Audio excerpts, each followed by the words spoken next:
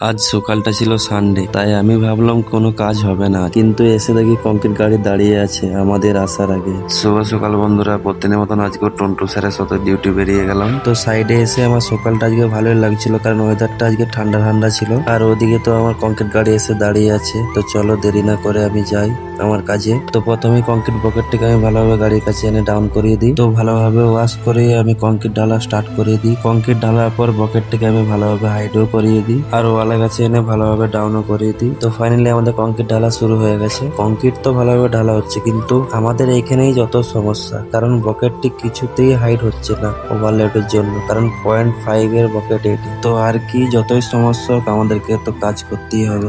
ভালোভাবে বকেটটিকে নিয়ে ওয়ালের কাছে ডাউন করিয়ে দিই। বকেটটি খালি হওয়ার পর হাইটও করিয়ে দিই ভালোভাবে। তো একটার পর একটা কংক্রিট বকেট আসতে থাকে, আর আমি এদিকে ডাউন করতে থাকি। তো ফাইনালি একটা ওয়াল আমাদের কমপ্লিট হয়ে গেছে। এরপর এই ওয়ালটি ঢালা হবে। তো আমিও দেরি না করে টলি আউট করে বকেটটি ভালোভাবে লাগিয়ে দিই। তো এই ওয়ালটা তো আমাদের কংক্রিট ঢালা শুরু হয়ে যায়। তো আর কি, একটার পর একটা বকেট কংক্রিট ঢালতে থাকি আমি। আর এদিকে আমাদের গাড়িও খালি হয়ে যায়। গাড়ি খালি হয়ে যাওয়ার পর আমিও হুকটিকে ভালোভাবে হাইট করিয়ে দিই। তো আমিও আমার কাজ শেষ করে আমার সিনিয়রদের কাছে একটু আড্ডা দিয়ে দিলাম। তো ফাইনালি আমাদের আড্ডা দেওয়ার পর আমিও রুমে চলে যাই।